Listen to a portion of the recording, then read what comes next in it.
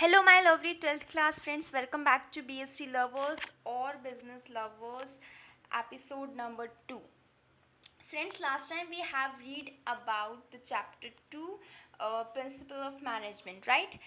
We were on the topics, we have completed the topics that was concept of principle of management, nature or classification of management, and significance of management principles, right? So today we will go forward with another topic, that is Fayol's principle of management. So what is that? Friends, Fayol's principle of management में हम लोग सबसे पहले Fayol के बारे में पढ़ने वाले हैं कि हु वॉज फ्योल, उनकी life expectancy, birth place, profession और किस नाम से जाने जाते थे. एक्चुअल में उनके बारे में और भी पूरी स्टोरी दी हुई होगी आपकी बुक में, मतलब वो भी ब्रीफली दे रखी है स्टिल दैट, बट स्टोरी दे रखी है. If you wanted to see that story, you can go and watch that one too.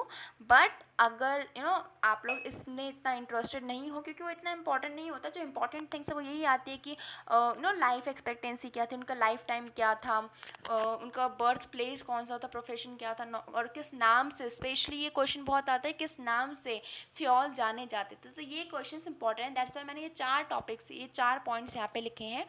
First one is his life time, यानी कि फ्योल का जो बर्थ था it was from 1841 and his death was on 1925.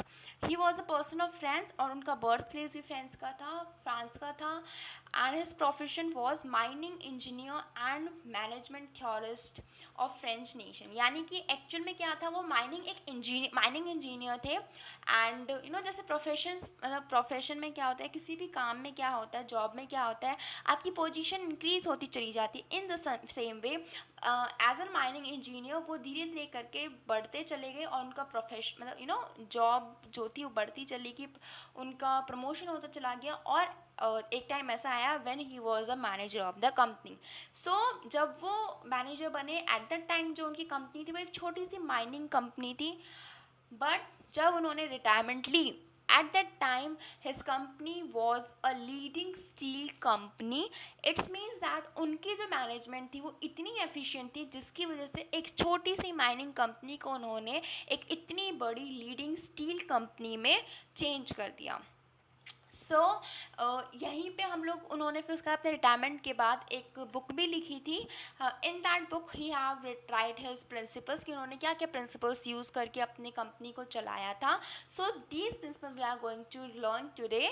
सो और एक और चीज़, और एक और क्वेश्चन आता है कि from which name Fayol was also known as. तो Fayol was known as the father of management, principle of management. Fayol is known as the father of those principle of managements. So let's see the principle of management.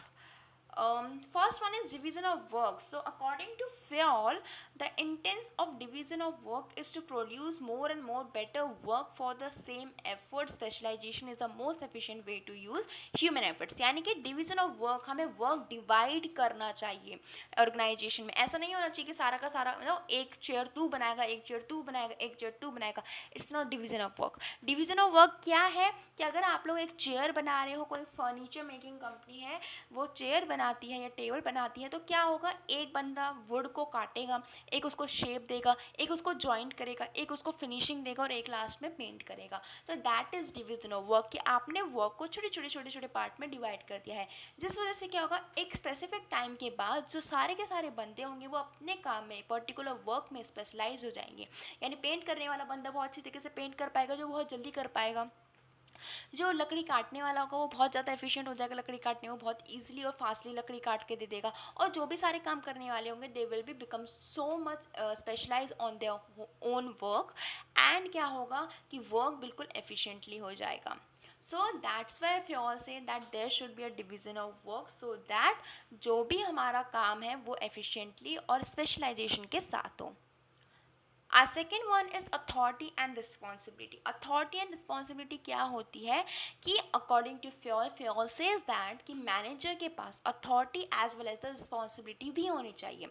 ऐसा नहीं होना चाहिए कि authority ज़्यादा है responsibility कम है, या फिर responsibility ज़्यादा है authority कम है. अगर authority ज़्यादा होगी तो जो मैनेजर होगा he can miss use the authority, और रिस्पॉन्सिबिलिटी कम होगी, अथॉरिटी ज़्यादा रिस्पॉन्सिबिलिटी कम है तो वो उसको मिस यूज़ करेगा. अगर रिस्पॉन्सिबिलिटी ज़्यादा अथॉरिटी कम है तो क्या होगा, वो उस काम को कर ही नहीं पाएगा, राइट। सो इस वजह से क्या होगा, काम हो ही नहीं पाएगा, ना तो अथॉरिटी ज़्यादा होने से, ना रिस्पॉन्सिबिलिटी ज़्यादा होने से। That's why Fayol says that there should be a balance between authority and responsibility. Fine, let's see towards the discipline, the third principle of management, that is discipline. Discipline requires a good superior at all the levels. यानी कि discipline क्या होता है कि सारे के सारे levels पे जितने भी superiors है, they should have a discipline among all of them. वो कहते हैं कि काम करते वक्त ऑर्गेनाइजेशन में there should be a discipline, because without discipline definitely no work in this world is able to be did efficiently, right. So that's why he said that there should be a discipline in the organization. Fourth one is unity of command. उनका ये कहना है कि Fayol का कहना है कि there should be a one and only boss for every individual employee. यानी कि हर एक एम्प्लॉय के ऊपर एक इंडिविजुअल बॉस होना चाहिए, क्योंकि अगर ज़्यादा बॉस होंगे तो क्या होगा, उसको कन्फ्यूज़न होगी अपना सॉरी अपना काम करने में. सो इस वजह से क्या होगा, जो कन्फ्यूज़न होगी जिससे से वो काम भी नहीं कर पाएगा, और मैनी ऑफ टाइम्स उसके पास एक्सक्यूजेस होंगे कि मैं उसका काम कर था इस वजह से आपका नहीं हुआ, या मैं आपका काम कर इस वजह से उनका नहीं हुआ, या फिर मेरे उसके बाद बर्डन बढ़ जाएगा. जैसे मैंने एक एग्जांपल अगर दूँ मैं आपको, तो जिस तरीके से हम लोग स्कूल में पढ़ते हैं, तो अगर आपको 12th क्लास के बच्चों के एग्जांपल दूँ, तो you definitely have a 6 subjects हैं अकॉर्डिंग टू CBSE पैटर्न. तो 6 सब्जेक्ट्स होंगे, 6 सब्जेक्ट के 6 टीचर्स, 6 पीरियड्स होंगे, 6 टाइप के डिफरेंट वर्क देती होगी टीचर्स, राइट. हर एक टीचर के अपने सब्जेक्ट के हिसाब से अपना काम होता होगा. हिंदी वाली मैम कहेगी कुछ करो, इंग्लिश वाली कुछ कहेगी, मैथ्स वाली कुछ कहेगी, मतलब जो भी आपके सब्जेक्ट्स होंगे, 6 सब्जेक्ट्स वट एवर द हाँ, ऐसे आपको कॉमर्स फील्ड है तो कॉमर्स फील्ड के कोई बिजनेस वाली मैम कहेंगे ये करो, अकाउंट्स वाले सर कहेंगे ये करो, या कोई भी टीचर्स आपके डिफरेंट अपने सब्जेक्ट्स के हिसाब से अपना काम देंगी. सो क्या होता है, आप डिफरेंट टीचर्स के काम सारे आपको या तो करने पड़ेंगे, या तो फिर नॉर्मली बच्चों के पास एक्सक्यूजेज होते हैं, ma'am I was doing the work of that subject, that's why I am not able to did this subjects work. So it's excuse, right.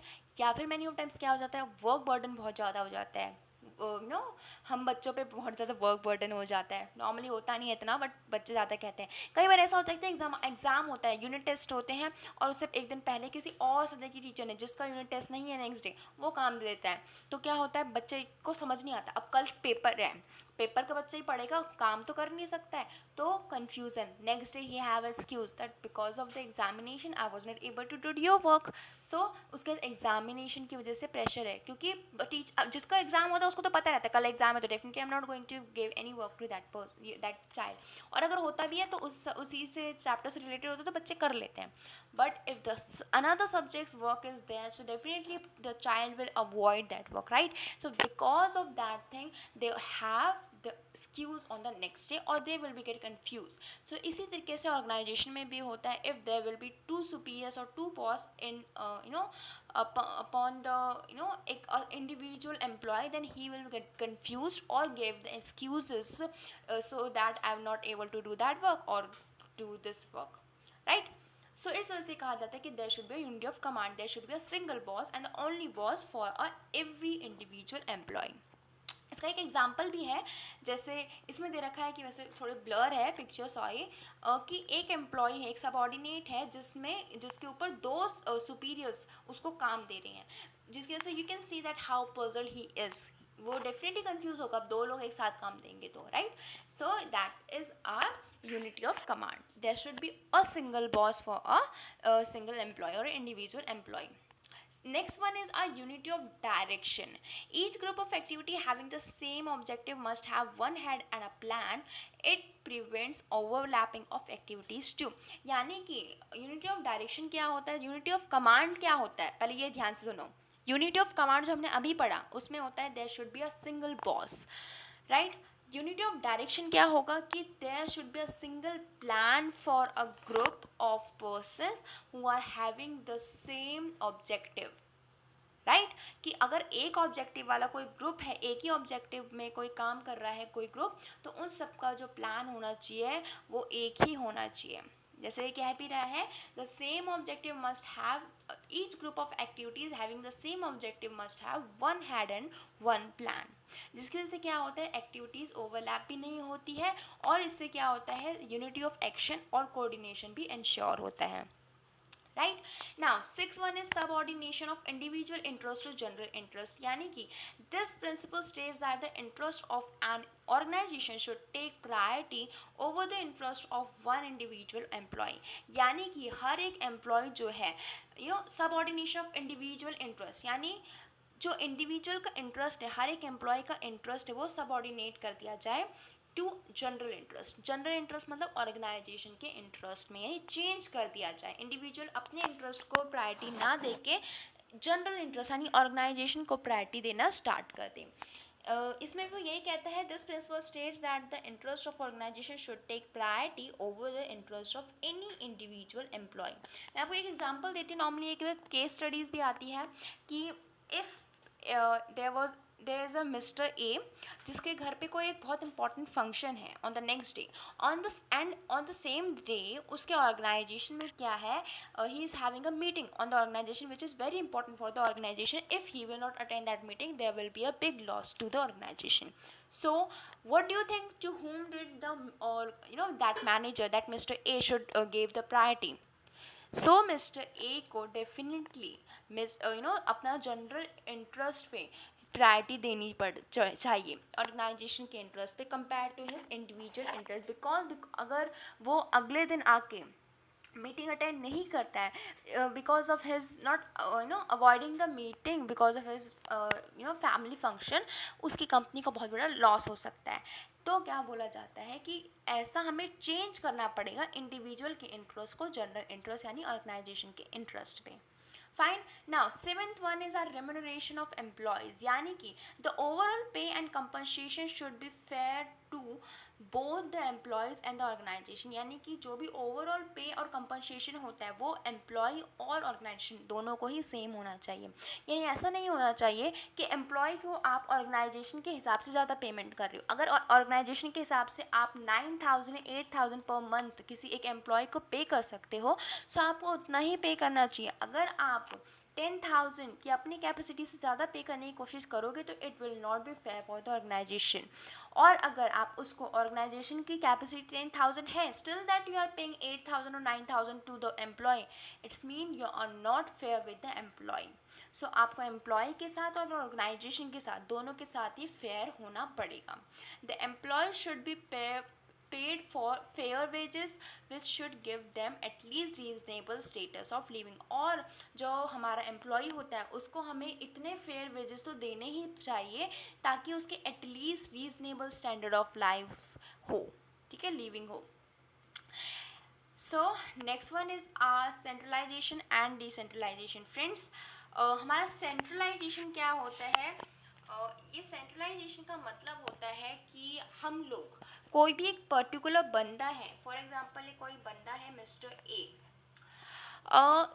ये क्या है? ये है manager of the company. Fine, अब जो मैनेजर है इसको हर किसी का काम देखना पड़ेगा। सो ये सारे लोग जो हैं इन सब का काम कौन देखेगा? Mister A, he is a manager. अगर मिस्टर ए सारा काम खुद कर रहे हैं, it's mean that there is a centralization, यानी सारा का सारा काम जो हमारा टॉप लेवल है वो ही करेगा, काम बांटा नहीं जाएगा लोअर लेवल्स पे, सारा काम टॉप लेवल को ही करना पड़ेगा। एंड हमारा डिसेंट्रलाइजेशन क्या होता है? That decentralization refers to the manager can अपने सबऑर्डिनेट को वो अपनी अथॉरिटी और अपनी रिस्पॉन्सिबिलिटी थोड़ी सी दे सकता है, अपना काम उनके पास भी डिवाइड कर सकता है। डिसेंट्रलाइजेशन में एक बार ध्यान से आप सुनो, डिसेंट्रलाइजेशन में क्या होगा? जो सुपीरियर होगा वो अपने से जस्ट जो भी उसका जूनियर होगा वो उसको अपना काम दे सकता है, अपना काम उसके साथ शेयर कर सकता है और अपना वर्कलोड कम कर सकता है। सेंट्रलाइजेशन में क्या होता है?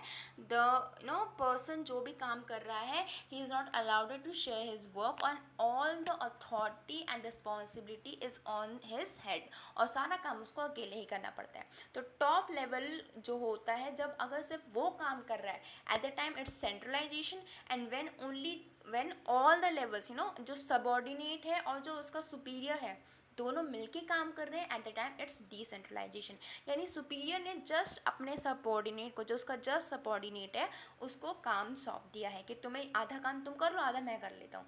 तो इससे ये क्या हो जाएगा, डिसेंट्रलाइजेशन।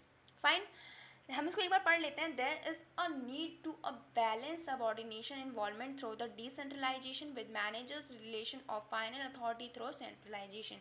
यानी कि हमारे पास जो कंपनी है उसमें एक डिसेंट्रलाइजेशन का प्रोसेस होना ज़रूरी है, जिसमें क्या होगा, सबऑर्डिनेट्स क्या होंगे, उनका काम जो है वो बांट लिया जाएगा उसके जूनियर वन से, और इससे क्या होगा, उनका वर्कलोड कम हो जाता है। जहाँ पे अगर हम सेंट्रलाइजेशन की बात करें तो उनका जो अथॉरिटी होती है, उनकी जो रिस्पॉन्सिबिलिटी है वो बहुत ज़्यादा होती है, और जिसकी वजह से उनके ऊपर बहुत ज़्यादा प्रेशर रहता है। Now our ninth one is scalar chain. Scalar chain क्या होती है फ्रेंड्स, मैं आपको पहले पे एक चीज़ दिखाती हूँ।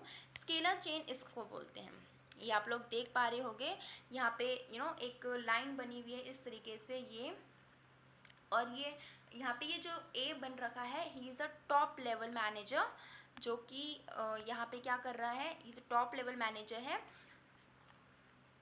जो सारा का सारा काम देखता है, राइट, और ये सबसे लोअर लेवल मैनेजर्स हैं। So according to Fayol, Fayol का क्या कहना है ये देखते हैं पहले। So, organization should have a cabin authority and communication that runs from top level to the bottom and should be followed by managers and the subordinates. इसका मतलब ये है कि ये जो चेन है ना आपकी, ये चेन इस तरीके से यहाँ पे फॉलो अप होनी चाहिए। यानी कोई भी काम है आपका, अगर डी को कोई भी काम है ए से, तो क्या होगा, डी ए के पास जाएगा और उसको ये बोलेगा दैट मेरे को I wanted to do that work, तो आप मेरे को एक काम करा दो। तो ऐसा नहीं करेगा कि डी सीधा ए के पास नहीं जाएगा, डी पहले सी के पास जाएगा, सी बी के पास जाएगा, और बी ए के पास जाके वो काम बताएगा दैट डी को आपसे ये काम है और डी ये चाहता है। अगर बाय चांस डी को एन के पास कोई काम है तो डी क्या करेगा, सी को जाके बोलेगा, सी बी को, बी ए को, ए एल को, एल एम को, और एम लास्ट में एन को ये बता देगा that D wanted that work. तो इसको हम क्या बोलते हैं, scalar chain. But many of times क्या होता है, when there is an emergency, तो इमरजेंसी के टाइम पे हम लोग एक different type of function scalar chain का यूज़ करते हैं, दैट इज़ गैंग प्लैंक, जो कि आपको यहाँ पे दिखाई दे रहा होगा। अगर by chance if a person C wanted to talk to the person M, तो वो सीधा यहाँ से ए की तरफ नहीं जाएगा और ए आके सीधा एम को नहीं बताएगा। इतना लंबा प्रोसेस ना करते हुए क्या होगा, सी जो होगा, सॉरी, जो सी होगा ये सीधा जाके एम को बोल देगा, और इस लेवल, इस तरीके से सीधा ये जो हमारे चेन को हमने तोड़ा, इस चेन को तोड़ने को हम लोग क्या बोलते हैं, गैंग प्लैंक। क्या बोलते हैं, gang plank. So that is our scalar chain और that is our gang plank. ये मैनी ऑफ टाइम्स क्वेश्चन में भी आता है।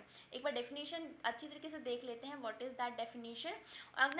Organization should have a cabin authority and communication that runs from top to bottom and should be followed by managers and the subordinates. The chain should not be avoided in the normal course of communication. However, there is an emergency, then gang plan can be used. यानी कि organisation में cabin authority और communication होना चाहिए जो कि top से bottom में होना चाहिए, और ये सारा का सारा चीज़ें जो है वो मैनेजर्स और उनके सबऑर्डिनेट्स को फॉलो करना ज़रूरी है। The chain should not be avoided in the normal course of communication. जो नॉर्मल कोर्स ऑफ कम्युनिकेशन है उसमें ये चेन अवॉइड नहीं होना चाहिए, but however if there is an emergency then the gang plank can be use. अगर कोई emergency है तो गैंग प्लान का आप यूज़ कर सकते हो। जो अभी आपको मैंने बताया कि सी को एमरजेंसी है तो सीधा एम से बात कर सकता है, there is no need of him to go to B and then B will go to A, and उस तरीके से इतना लंबा चेन ना फॉलो करते वो सीधा जाके M को बता सकता है कि that is the problem and you can solve that problem in such a way. Fine, तो ताकि इमरजेंसी में काम जल्दी हो जाए। Gang plank is also shorter route which is provided so that communication is not delayed. Gang plank एक तरह का शॉर्टर रूट होता है जिसमें क्या होता है, आप इन्फॉर्मेशन सीधा जाके किसी और को प्रोवाइड कर सकते हो जिसको उसकी इन्फॉर्मेशन की ज़रूरत है, या जहाँ तक वो इन्फॉर्मेशन पहुँचनी चाहिए, ताकि कोई भी डिले ना हो। So next one is our order. The principle of order states that there should be a place for everything and everyone in an organization, and that thing or person should be found in its or his allotted place. यानी order का मतलब बहुत easy है, यानी कोई भी सामान जो है या कोई भी पर्सन जो है वो अपनी जगह पे मिले. अच्छा, आप लोगों ने नॉर्मली देखा होगा ना कि हर एक चीज़ के लिए एक प्लेस होती है, राइट. कि आपको अगर मैं बोलूँ मैनेजर कहाँ रहे होगा, तो मैनेजर अपने रूम में होगा. अगर मैं बोलूँ अकाउंटेंट कहाँ होगा, तो अकाउंटेंट अपने स्टाफ रूम में होगा. यानी ये वाले स्टाफ्स कहाँ होंगे, यहाँ होंगे. और जो हमारे लोअर लेवल के जो वर्कर्स हैं वो कहाँ होंगे, वो नीचे वाले फ्लोर में है, यहाँ पे इस फ्लोर में है, उस फ्लोर में है. और ये वाला इंसान कहाँ मिलेगा, ये उस मशीनरी पे काम कर रहा होगा. तो हर एक बंदा या फिर जो भी कुछ होगा वो क्या होगा, एक उनका एक पर्टिकुलर प्लेस होता है जहाँ पे वो आपको मिलेंगे, राइट. बंदों की पर्सन की बात छोड़ो, अगर अब मैं किसी चीज़ की बात करती हूँ, तो ऑर्डर में क्या होता है, प्रिंसिपल ऑफ ऑर्डर में the things should be there on their own places. आपको नॉर्मली फाइल्स की बात करूँ तो फाइल्स उनकी अपनी जगह लगाई जाती है, साल के हिसाब से, उनके क्राइटेरिया के हिसाब से उनको लगाया जाता है. या कोई भी सामान होता है, कोई मशीन होती है, तो उनको उनके हिसाब से ही एक पर्टिकुलर प्लेस में रखा जाता है, ताकि कभी भी, क्योंकि काम बहुत जल्दी जल्दी उन काम के लिए हमें क्या करना होता है, हमें सामान चाहिए होता है. अगर कोई काम हमें बहुत फास्टली करना है, कोई काम बहुत डिले हो रहा है और हम उस चीज़ को ढूंढते रह जाएंगे मशीनरी को कि ये फाइल कहाँ रखी है, वो मशीन कहाँ रखी है, तब तो काम हो लिया. तो इसलिए क्या होता है, सामान को ऑर्डर में रखा जाता है ताकि ये जो डिले वाला काम है वो कभी भी ना हो. Essential it means orderliness. मतलब इसको क्या बोलते हैं हम, वैसे ऑर्डर का मतलब principle of order refers to orderliness, यानी हर एक सामान, हर एक इंसान ऑर्डर के वे में हो, ऑर्डरली हो. अगर मैं आपको नॉर्मली बात करूँ स्कूल की भी, तो स्कूल में भी क्या होता है, प्रिंसिपल आपको प्रिंसिपल वाले प्लेस से मिलेगा, अपने रूम में मिलेगा. वाइस प्रिंसिपल के रूम में मिलेगा. जो स्टाफ मेंबर्स होते हैं वो स्टाफ मेंबर्स के रूम में होते हैं. रिसेप्शन वाले रिसेप्शनिस्ट जो होते हैं वो रिसेप्शन में मिलेंगी. जो काम जिसका होता है और उसके हिसाब से उनका जो रूम है, जो उनकी प्लेसेस अलॉटेड है, they all will be on their places, right. अगर मैं आपको और फाइल्स की बात करूँ, नोटबुक्स की बात करूँ, तो वो सारी चीज़ें भी उनकी अपनी जगहों पे होती है, right. Now, our 11th one is equity. Good sense and experience are needed to ensure fairness to all the employees who should be treated as fair as possible.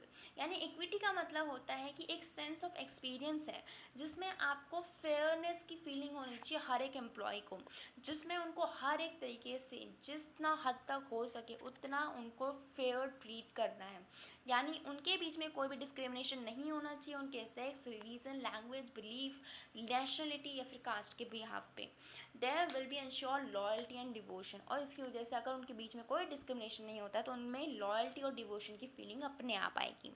सो जैसे इसमें एक एग्जाम्पल दे रखा है दैट कि जो ओनर है वो क्या कर रहा है, जो बॉस है वो क्या कर रहा है, एक मेल एम्प्लॉय को कम पैसा दे रहा है 10,000 रुपीज़, और जो फीमेल एम्प्लॉय है उसको 15,000 मिल रहा है, राइट. सो ये क्या है, एक तरीके से आप लोग उनके जेंडर के बेसिस पे उनको डिस्क्रिमिनेट कर रहे हैं. So that is not the वो अवॉइड कर रहे हैं इक्विटी को, तो which is not a good thing. You should have to follow the principle of equity in the organization so that the employee should have the loyalty feeling towards the organization. Fine. So now next one is our stability of personnel का क्या मतलब होता है. Stability of personal यानी हमारे employees जो हैं वो एक जगह पे स्टेबल रहें. मतलब आप लोगों ने कई बार देखा होगा ना, कुछ ऑर्गेनाइजेशंस क्या होती हैं, अपने एम्प्लॉयज़ को कभी यहाँ भेजती है, कभी वहाँ भेजती है, कभी यहाँ ट्रांसफ़र, कभी वहाँ ट्रांसफ़र. तो क्या होता है, एक हद में आके ना जो एम्प्लॉय होता है वो भी थक जाता है, बोलता है हद हो गई यार, मेरे को नहीं रहना इसमें, मैं किसी और कंपनी को ढूंढ लेता हूँ. तो क्या होता है, वो कंपनी छोड़ के चला जाता है. और आपको क्या लगता है, क्या किसी भी ऑर्गेनाइजेशन में स्टाफिंग करना ईजी होता है? No. Staffing also requires a huge cost. कि लोगों को लेके आना, उनके डिफरेंट डिफरेंट टेस्ट करना, उनको अच्छी तरीके से चेक करना, फिर उनको ट्रेनिंग देना, उनके हिसाब से फिर उनको अपनी अपनी जगह में अपॉइंट करना, it's a very cost taking and a time taking thing to do. That's why people avoided this thing. अगर लोग स्टाफिंग मतलब कंपनी स्टाफिंग ही करती रह जाएंगी तो काम कब करेंगी? वो तो स्टाफिंग ही करती रह जाएंगी. क्योंकि हमारे ऑर्गेनाइजेशन में मेन काम क्या होता है? प्रोडक्शन होता है. अगर वो स्टाफिंग ही करती रहेंगी तो प्रोडक्शन कहाँ से होगा? अब कोई भी ऑर्गेनाइजेशन में कोई भी एक नया बंदा आता है तो he definitely requires quite time to get settle over there. वो काम समझने में टाइम लेता है, लोगों के साथ सेटल अप होने में टाइम लेता है, राइट? ऐसा तो होता नहीं कि आज कोई आया आज ही अच्छा काम करने लग जाएगा, उसको बहुत टाइम लगता है. तो वो टाइम अगर बार बार आपके जो एम्प्लॉयज़ है वो बदलते रहेंगे तो कोई भी इंटरेस्ट शो नहीं करेगा. सब कहेंगे कंपनी तो ऐसी है, कभी कोई आता है कभी कोई चला जाता है. तो स्टेबिलिटी ऑफ पर्सनल में क्या होता है? द फ्योल सेज दैट कि आपको एम्प्लॉयज़ को बार बार ट्रांसफ़र करने की ज़रूरत नहीं है. ट्राई करो कि आपके जो एम्प्लॉयज़ हैं वो कंपनी छोड़ के जल्दी ना जाएं. But once selected they should be kept in their post position for a maximum fixed tenure. यानी कि एक बार आप किसी भी पर्सन को सिलेक्ट कर लेते हो तो उनकी जो पोस्ट है या उनकी जो पोजीशन है उसमें वो जितना हो सके उतने मैक्सिमम टाइम तक फिक्स रहने चाहिए. Now a third one is initiative. Initiative क्या होता है फ्रेंड्स? इनिशिएटिव का मतलब होता है कि आपके जो एम्प्लॉयज़ हैं अगर बाय चांस किसी काम में वो आपको कोई चीज़ कहें, बताएं कि अगर सर आप इस तरीके से ही काम करोगे ना तो मे बी इस बार आपको ना थोड़ी सक्सेस ज़्यादा मिलेगी.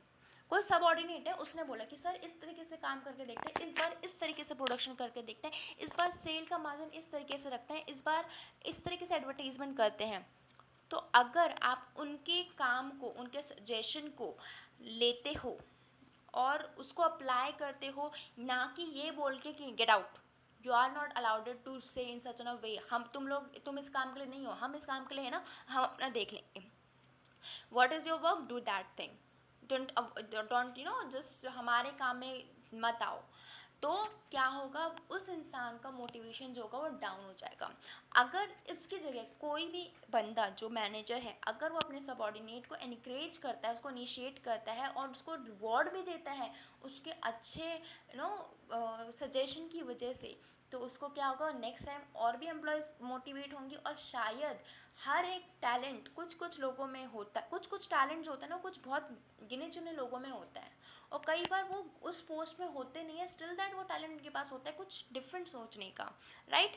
तो कई बार ऐसा हो सकता है कि हमारे जो जूनियर एम्प्लॉयज़ है उनके पास कोई एक ऐसा टैलेंट हो, एक ऐसी ट्रिक हो जिसकी वजह से हमको फ़ायदा हो सकता है. तो अगर आप उनको एनकरेज करते हो तो वो ट्रिक भी इंक्रीज होगी, उनमें डेवलपमेंट होगा और उनके अंदर कॉन्फिडेंस लेवल इंक्रीज होगा. So we should have to just हमें इनिशिएटिव जो है इस प्रिंसिपल को भी अप्लाई करना चाहिए कंपनीज के अंदर, ऑर्गेनाइजेशन के अंदर. Now fourth one is and the last one of the Fowles principle is spread the corps. यानी management should replace the word I with the word we in his conversation with the workers for team spread. यानी कि मैंने बहुत गंदा लिखा है इसमें, sorry.